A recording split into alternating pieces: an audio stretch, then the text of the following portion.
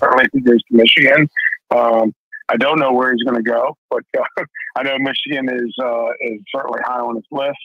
And we have a great one there now from our school playing for you guys. So, that probably doesn't hurt either. So, Chris Jenkins, of course. Well, good afternoon, everybody. Happy Monday. Woo! We're clocks are sprung forward. We lost that hour. Hopefully you've adjusted by now. Hopefully, you get into the arguments on, daylight savings time and whether or not you should accept an NIT bid. That's when you're living right, when you're getting out there arguing about those things. We'll talk about the NIT bid, not daylight savings time. So we're ready to kick this one off. We're live weekdays at 1 o'clock talking about the latest in Michigan sports here on the Maize and Blue Review. I already see with the feedback, Andre's jumping in, talking some recruiting. So he's excited to go. And so am I. So let's just tell you, we have that NIT to get to for Michigan as they accepted the bid. We'll jump into that a little bit. Michigan hockey is headed to Minnesota. It's just like they were last year for the Big Ten tournament title. We'll touch on that. But the big recruiting weekend is where we start. And we'll just get to Andres, who has the one of the big stories regarding Michigan this weekend. Andres saying happy Monday to all. He's asking if I saw about the Notre Dame commit Brandon Hillman. And the answer to that is yes. I did see that there was not only a decommit, he was let out of his national letter of intent. So I think he signed. I don't know.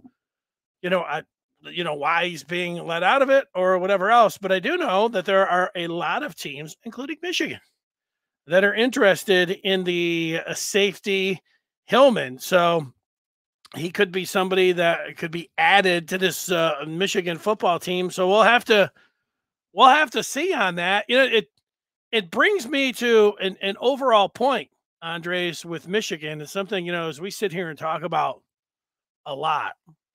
We talk about if Michigan is in good position, Michigan football, I guess basketball too, I guess all the sports, when it comes to the rules and name, image, and likeness and pay to play and the transfer portal and all the things and where they sit. And, we monitor it. And if you recall last year at this time, Michigan wasn't doing great in recruiting.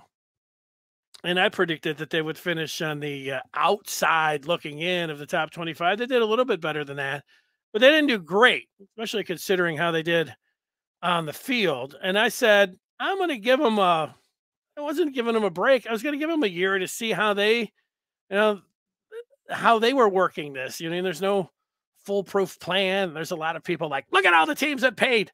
They're all a joke. The ones that, threw a lot of money, there's a point about that. But, at this time last year, there was a lot of teeth gnashing about, well, Michigan's not going to pay players. And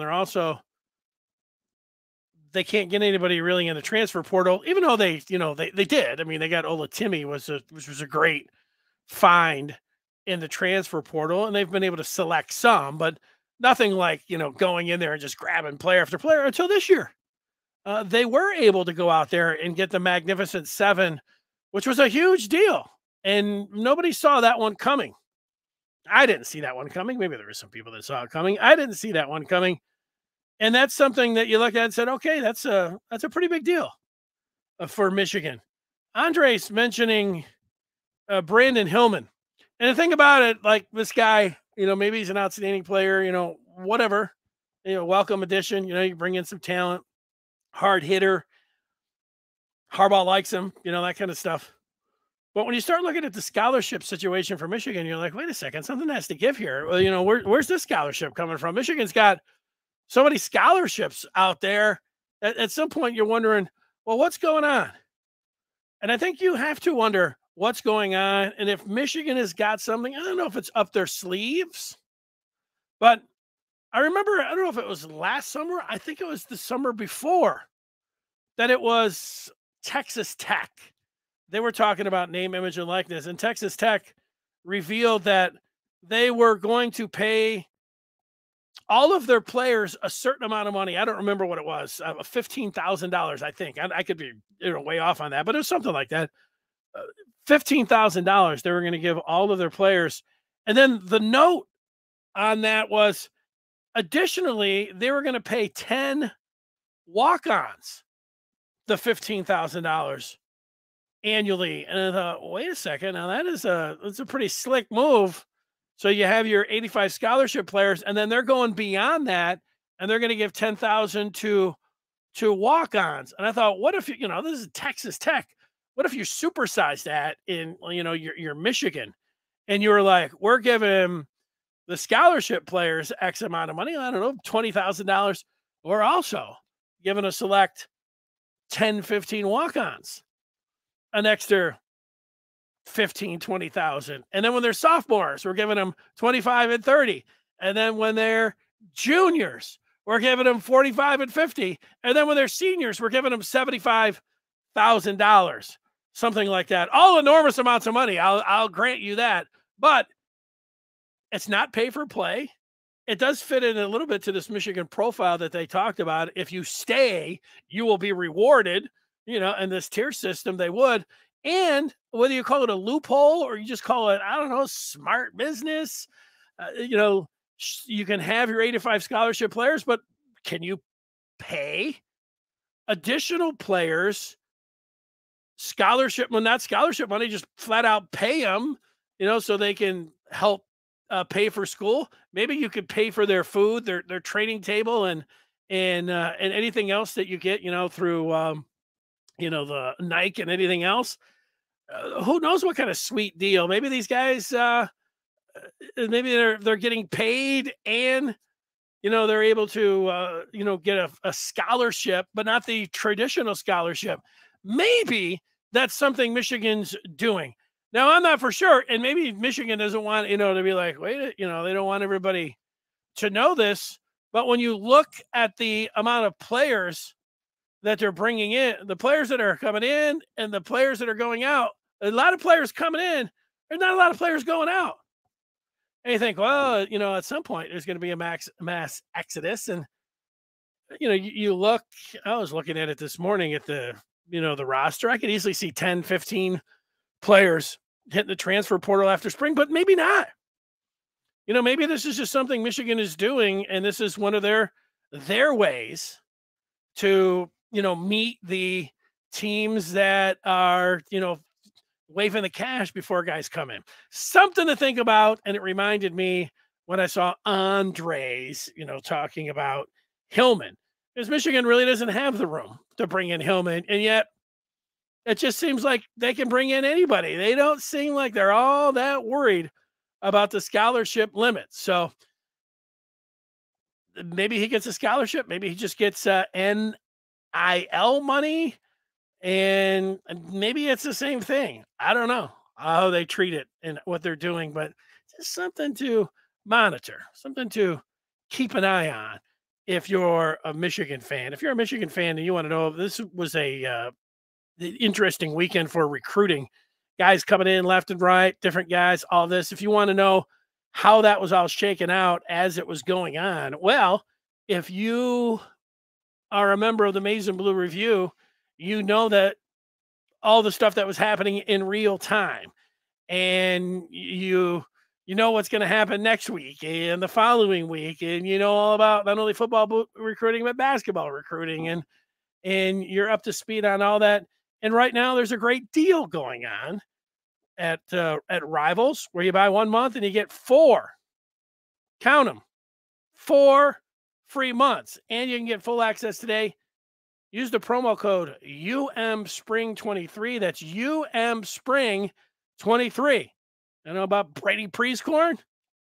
UMSpring23. And then we'll see you over there getting it done. Now, as monitor for the recruiting this weekend, and I got on to Twitter at one point on Saturday, and I saw Albert Karshnia, Michigan's director of recruiting ops, tweeting out, Ann Arbor is buzzing today.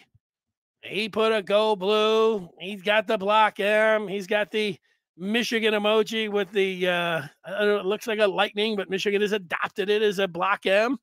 And, you know, if you know about Michigan this week, they were bringing a bunch of players in.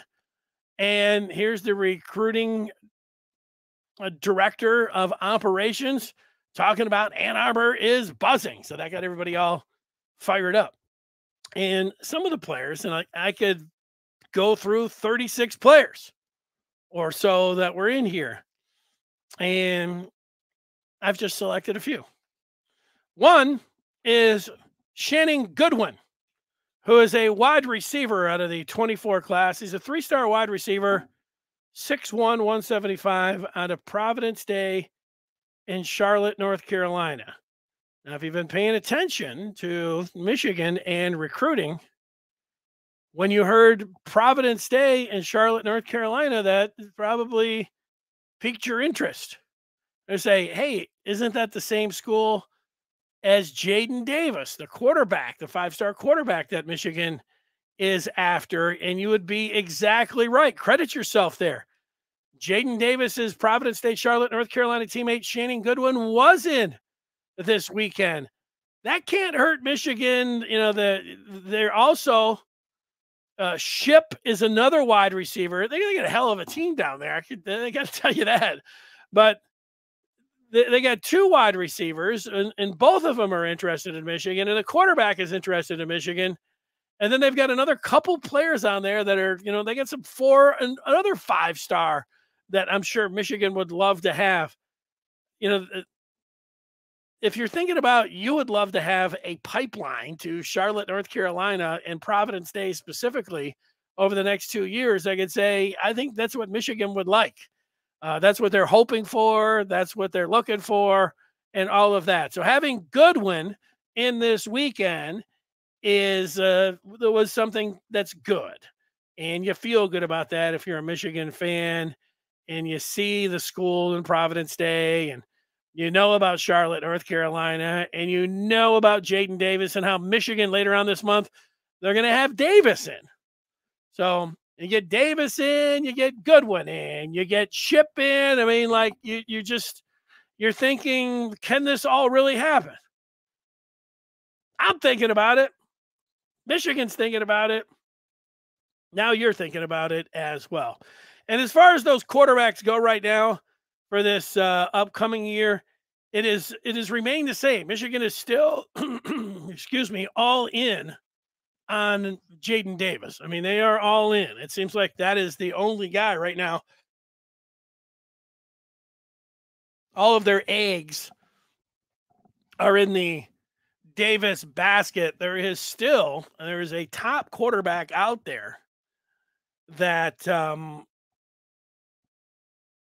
Michigan has been associated with, named MVB, Michael Van Buren. And I still put him up there because I think there's some interest in MVP. I think he's wondering what's going on with Davis, and he's waiting to see how that plays out. But, you know, he's still out there. So he's still somebody to keep in mind if you're a Michigan fan when it comes down to QBs. And as mentioned, Davis, he's expected in Ann Arbor later this month, maybe at the spring game. And that would be good. It was at the spring game. Why? I'm going to the spring game.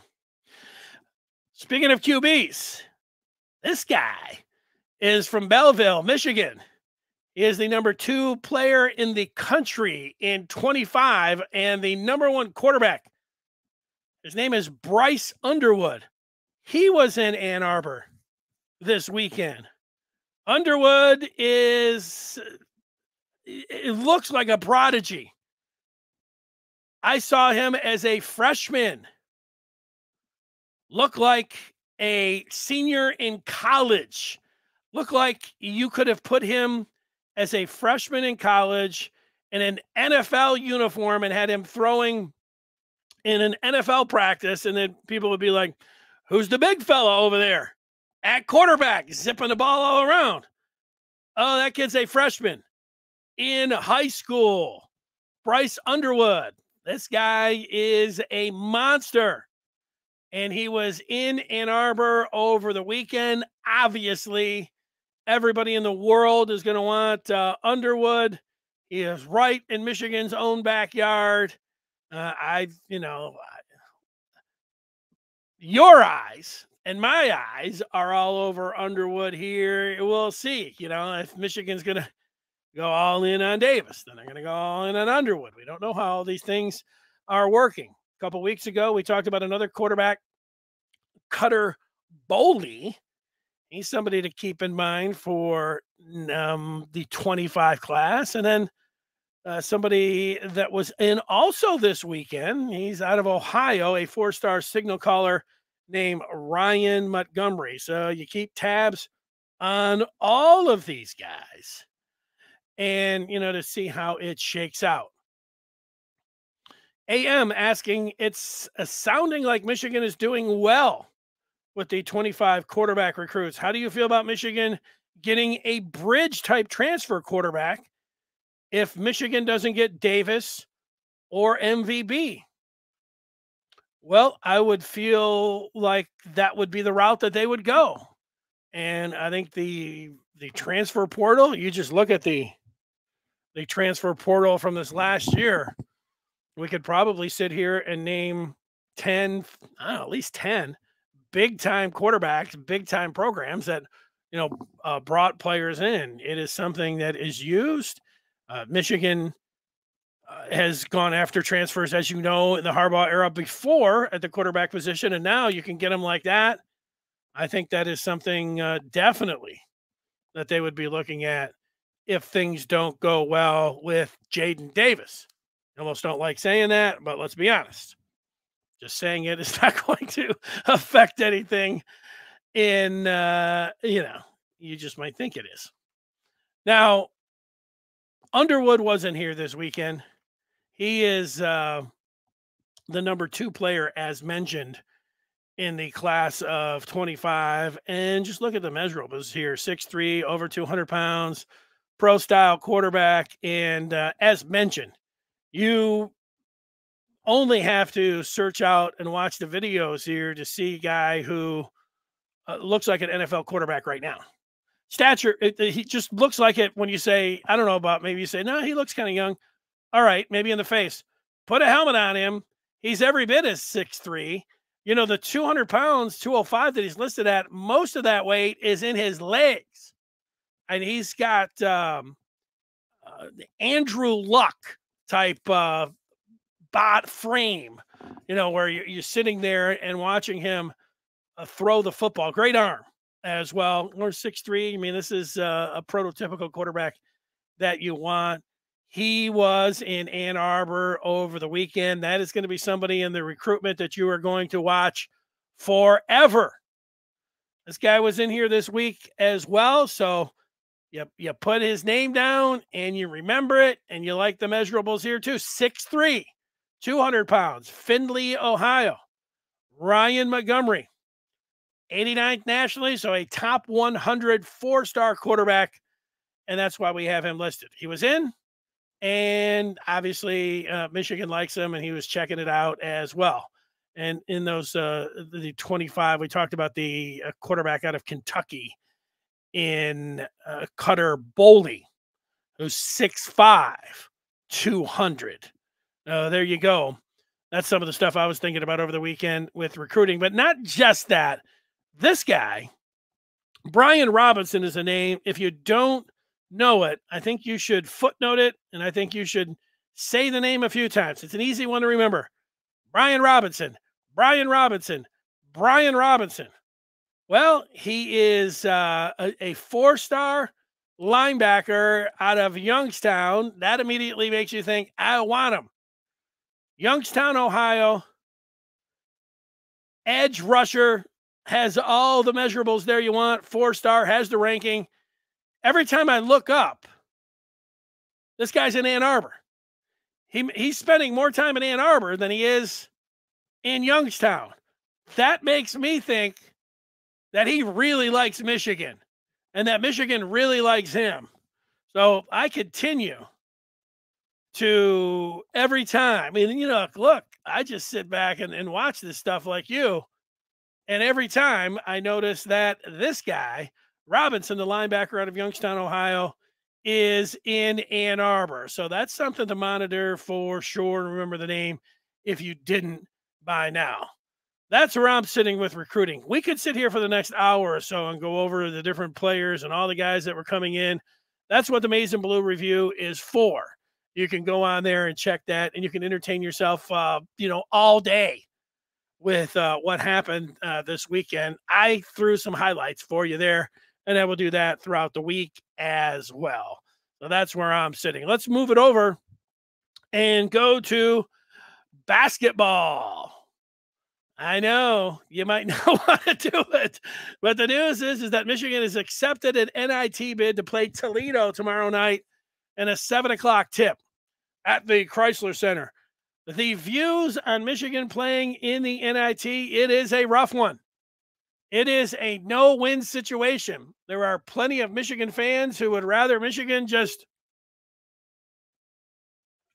accepted that it was over this year and just went into the night like North Carolina, shut the book on this season so you didn't have to, think about them anymore or, endure maybe another tough loss. But that's not what Michigan's doing. They accepted a bid. They are not going the North Carolina route, saying that NIT, we didn't make the NCAA, so we're not going to the NIT. We're too big for that, whatever it is. I think that I think it shows that you got problems with your team when you can't accept a bid. Now, it's not all sweet music and everything for Juwan. This is not the NCAA tournament. I know you know that, but everybody will remind you all of the time. Nobody cares about the NIT. Nobody cares about Michigan basketball. Nobody cares if you win this thing. You will be you're a joke. You have to accept all that. And that is from like your big time fans that are saying that. Never mind, what your rivals are smacking you upside the head with when it comes down to the NIT. It is rough. And that's why for some people, and I know that there's a lot of people that I know that take this approach, that it's like out of sight, out of mind. I don't have to worry about it. I don't have to listen to Michigan State or Ohio State or anybody else just sit here ragging on me and talking about the NIT. And then what if they lose? I got to go through it all again. No, but this is what Michigan is doing. And, they are playing. Now, this is a tough matchup against Toledo. Toledo ripped off, 11, 12 wins in a row at the end of the season before losing in the MAC tournament. This is a team that won in the Rockets, won the Mid-American Conference regular season. They are a good team. And you know that Michigan, the last time they played a MAC team, CMU, who Toledo beat twice, CMU beat Michigan. The other MAC team that they played, Ohio, took Michigan into overtime. The other MAC team that Michigan played, EMU, Michigan survived against in an entertaining game against Eastern Michigan. Toledo's better than all of those MAC teams, and Michigan's got them 7:00 tomorrow. Woo! That's going to be a tough one. And, you're at home, so you think, okay, that'll be nice. But I don't know. Back in the day, I went to some NIT games, for Michigan. And it's a different feel. And there's not going to be, thousands of fans there. There'll be hundreds of fans there. And so that can work against you. Like, you're normally, the fans get behind you and everything else, but you got a smattering of fans, and you look over there and there's maybe a lot of Toledo fans because Toledo had a really nice season, and they can just jump on 75 and be up there. There might be as many Toledo fans. That place might be rocking for the Rockets. So it's going to be a tough game and everything else. And Michigan's got to deal with that with Toledo. And if you're following the NCAA tournament, I think some of you understand what's going on here. Just mention how tough Toledo is, and they are. If Michigan beats Toledo, they will likely have to play Vanderbilt. If you watched ESPN yesterday, Dick Vitale couldn't stop talking about Vanderbilt and Clemson. Hey, how come Vanderbilt? What's Jerry Stackhouse have to do, baby? I mean, that's all that he kept saying, was talking about Vanderbilt. So Michigan will have to go on the road to play Vanderbilt, who felt like they were snubbed in the NCAA. They were one of the 2 or 3 teams that got snubbed. Like, I've given my feelings about getting snubbed before. There's so many teams and you have so many chances that getting snubbed when you're talking about 68 teams and you're 69th and 70th teams.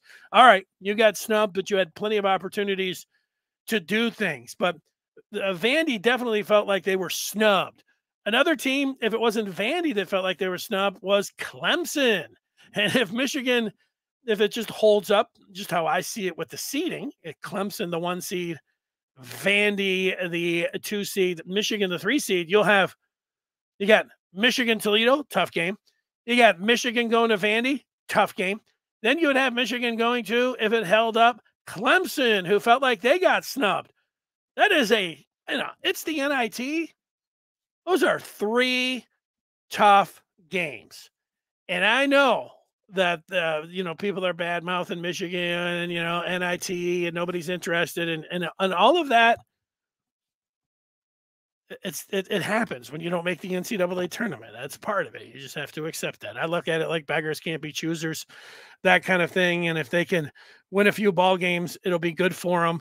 The practice time, the game time for the coaches and the players. But if Michigan loses to Toledo, it's just going to be a reset of getting slammed. I mean, you just have to, and again, that's going to be from your own fans. So you just got to be ready for that. A little bit of a gamble. But I would say, and I think Michigan will deserve it, that they'll get a little, that they're going to hear it from their fans if they lose. In the first round of the NIT to Toledo, they're going to hear it. And I think they deserve it, a little bit of that. But if Michigan beats Toledo and they beat Vanderbilt and they beat Clemson, those are 3 real nice wins. And for what it is. I'm not talking about, hanging banners or they've turned a bitterness into, they've made lemonade out of lemons. I don't know. They've used turned chicken feathers out of chicken salad. I don't know, some of that. It'll be, I'll give them some credit here before it starts and before they tip it up. If they beat Toledo, Vandy, and Clemson, I'll be impressed by that. I'm not going to be ready to, throw a party. I'm not going to be ready to throw a parade, anything like that. I'm just saying that there'll be 3 nice wins. And if people, I get that people are upset with the team, that it's the NIT, that just goes with the territory when you're Michigan and you don't make the tournament. You just have to deal with that. And boy, if they lose against Toledo, that, barking even becomes louder, even from your own fan base. So a little bit of pressure. I like that there's some pressure on this team. Like, they're going to really hear it if they don't beat Toledo. But if they win 3 games, I think this, a little bit of a golf clap, for the team. And then heck, if they go and I think it's in Vegas and win the NIT, a little bit more of a golf clap. That's all. Some golf clap for Michigan. Jason says, if you get a bid to the NIT, you take it. These players and coaches need to practice. Yeah, I agree, Jason. What you find, though, is that there are a lot of people, they don't care about the players or the coaches or the program. They care about themselves and how they get treated online. And so they would just rather be out of sight, out of mind. And, that's just how it's going and how it's going. You can't put a bow on a piece of blank. Can't put lipstick on a pig, Andres. Is that kind of really the same one here? JP doesn't expect them to win, yet they really needed to figure out what the actual game plan is moving forward. You can't practice game speed. I love it, NIT, baby. I like the energy. I'm not quite there saying I love it, NIT, baby, but I'll be there tomorrow. I'll be watching it. Normally, I watched so much basketball the last 4 days. My head, it's a little bit like, all right, I don't need any TV. I'll just wait till Thursday. Give me 3 days, maybe zero TV. Except that Michigan is now playing tomorrow, and I'll be watching that. So it's altered my plans. Oh boy, you won't know a Toledo fan until you're right up on them. That's right. They've got the little. It's a dark blue, like I don't know, like midnight blue, and you're right. A Toledo and Michigan fan, you don't know. All of a sudden, you'll be sitting there like, go blue, and they'll be like, go Rockets. Whoa, what? Eddie, jumping ahead to our final topic, we want to talk about some hockey, and so let's just get there. Let's do it. Oh, before that, for your entertainment purposes, I have gone through the brackets for you. If you're looking for an expert and you can't figure out who to pick, these are my 4 teams. I picked Arizona. I like their size, and I like 25 Kerr, their shooting guard. Arizona, I like the UCLA too. I've watched Arizona a few times this year. I think that they can win it all. Arizona, I've watched a lot of basketball this year. I've watched mostly Big 12 games between Kansas State, TCU, Texas, Iowa State, and Kansas. I've watched all of these teams all year long, and I kept saying, when it comes tournament time, I'm picking Big 12 teams. That's why I ended up picking Kansas State. I like their road out of the other teams. I almost picked Texas in there. I like TCU, but in the end, I like Kansas State's path the most, so I picked K-State. This is a dangerous selection for me, Indiana. People that just go by the numbers, and they'll be like, you'll Ken Palmet, or you'll look at, a lot of other different factors, and you watched maybe some basketball games this year. You don't get the bias of having watched the team. I've watched so much Indiana over the last month that I've grown to like the Hoosiers. I like their coach, Mike Woodson. He was an assistant on the Pistons' last championship team. I like Hood Schifino, Trace Jackson Davis. I like their guards. I like the Indiana Hoosiers. This happens to me every year. It's amazing that every year I say, I'm not picking Big Ten teams again. I picked them last year and said that. I'm not picking Big Ten teams again. And then here I am. If you were sitting here a month ago, I said, I'm not picking any Big Ten teams to get past the Sweet 16. They're all going down. They're not any good. And yet here I am. I'm picking Indiana. I don't want to root for Alabama with what's going on with their team. So, you want to bet on them? Go ahead.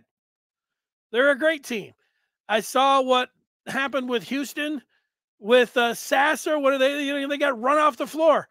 UCLA's got an injury. And so, there's some teams in there with the injuries that I don't know about.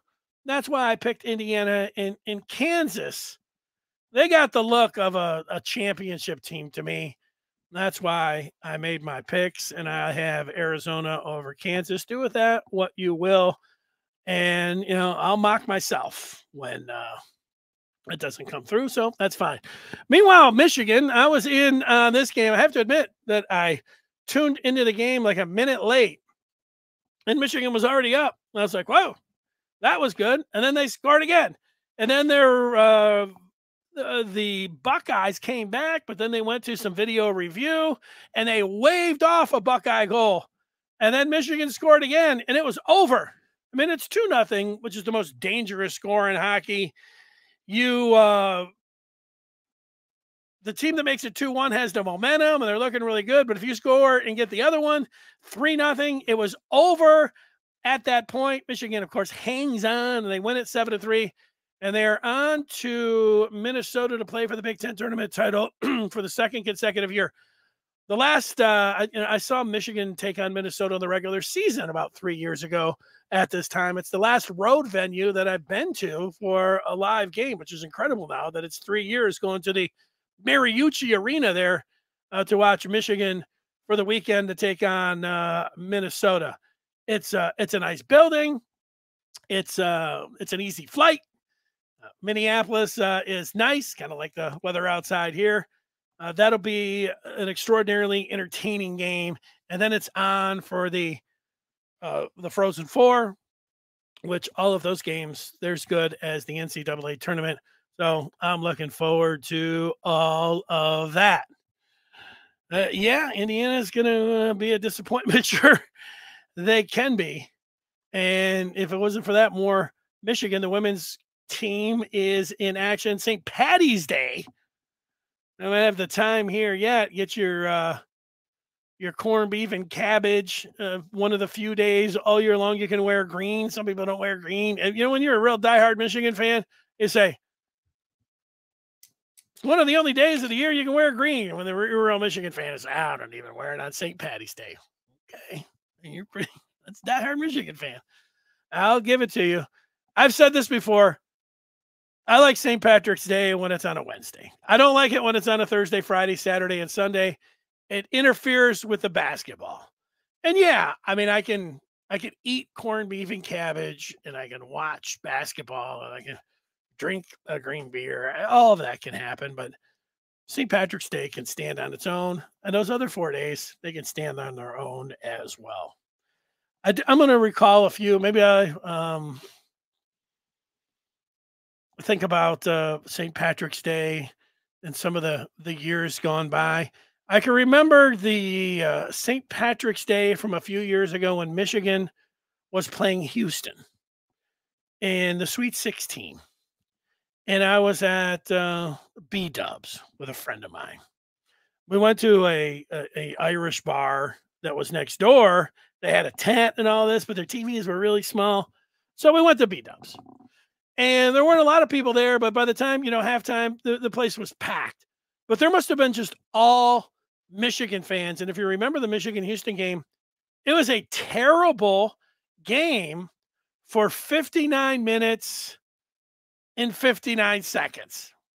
59 minutes, 57 seconds. Pretty much looked like Michigan was just walking like to the gallows. I mean, it was over. It was torture. Michigan wasn't playing well. They didn't look good. It was Houston. And then somehow in the last couple seconds, Michigan gets the ball and they throw it to Jordan Poole and he throws up a shot.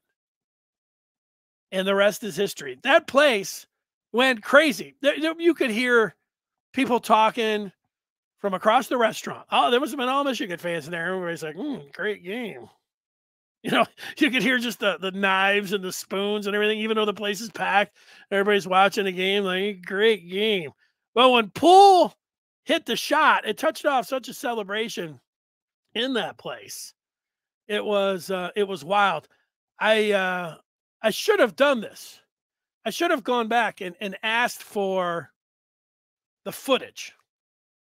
Because the footage would have been a bunch of people in the place sitting around like this. And then when the shot went, everybody started running. It would have been a great piece of film to get if it would have happened. But I'll also give it up to my brother whenever it's St. Patrick's Day. He lived by an Irish bar, and it's over on Woodward. I don't know. O'Toole's, maybe? I don't know. It's a double-decker Irish bar. But he always said, come over the day after St. Patrick's Day. Why is that? Well, he would go to O'Toole's, and they would be running because they'd still have green beer, and they would still have corned beef and cabbage. And my brother, like, I guess for the ambiance and all the the fanfare of St. Patrick's Day, and you have thousands of people packed in there. It's like that's what it's all about. Not for my brother. The next day, they would sell green beer for $1 for like a gigantic glass, and whatever your corned beef and cabbage was, $12. It would be like $1 for a plate. $1 for a plate of corned beef and cabbage, 10 cents for green beer. More than 1 year. We were over there at noon the next day. Everybody, like, you could tell the waitresses, their heads hurt. Everybody that was in there was hungover. We just came strolling in like, got those 10-cent green beers? And there wasn't anybody else in there. We had the place to ourselves. Ambiance? No. Green beer for 10 cents? Corned beef and cabbage for $1, all you can eat? Let's go. Those were the good old days. That's how it went down. Let's look at some of the feedback before we leave you. And Andre says, Indiana seems to always disappoint in the tourney, at least in my lifetime. Yeah, well, the Big Ten hasn't won a championship since, Michigan State in 2000. So it has been a while. Of course, Michigan's been to a couple final games. Illinois in there. I'm trying to think of anybody else. That's been about it.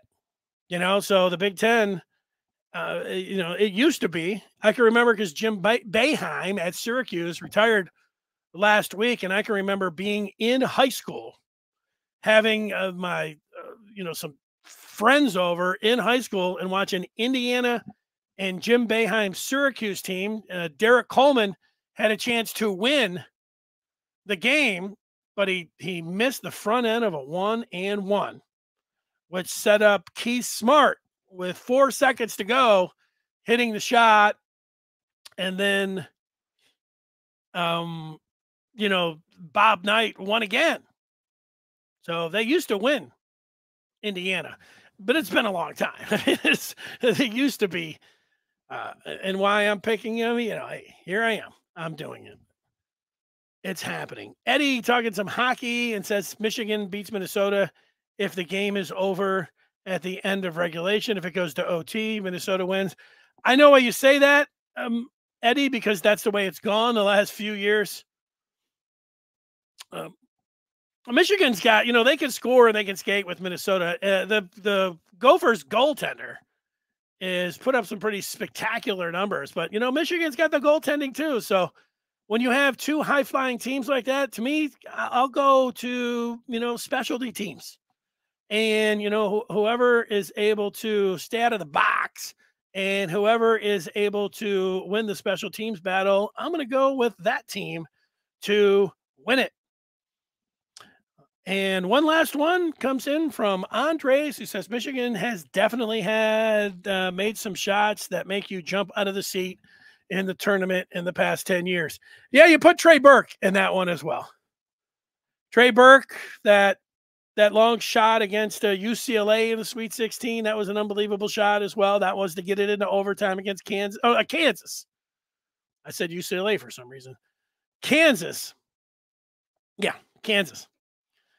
That was incredible. And then, the pull shot was something else. Kent, talking some Toledo basketball. They are hungry after winning the MAC and being left out of the tournament. Kent, I'm not going to lie. They are hungry. They're as hungry as me on a Saturday after St. Patrick's Day, going in for $1 corned beef and cabbage and 10-cent beers. That's it. All right, there he goes. JP's with me. It's going to come down to the power play. We'll be with you tomorrow. Whatever's going on in Michigan sports, of course, we'll one of the topics is going to be Michigan and Toledo in the NIT. Guess what? Another topic is going to be football. We'll see what unfolds over the next 23 hours. We'll see you at 1 o'clock. Thanks for watching, subscribing, thumbs up, and all that. Take care. Have yourself a great rest of the day. Bye.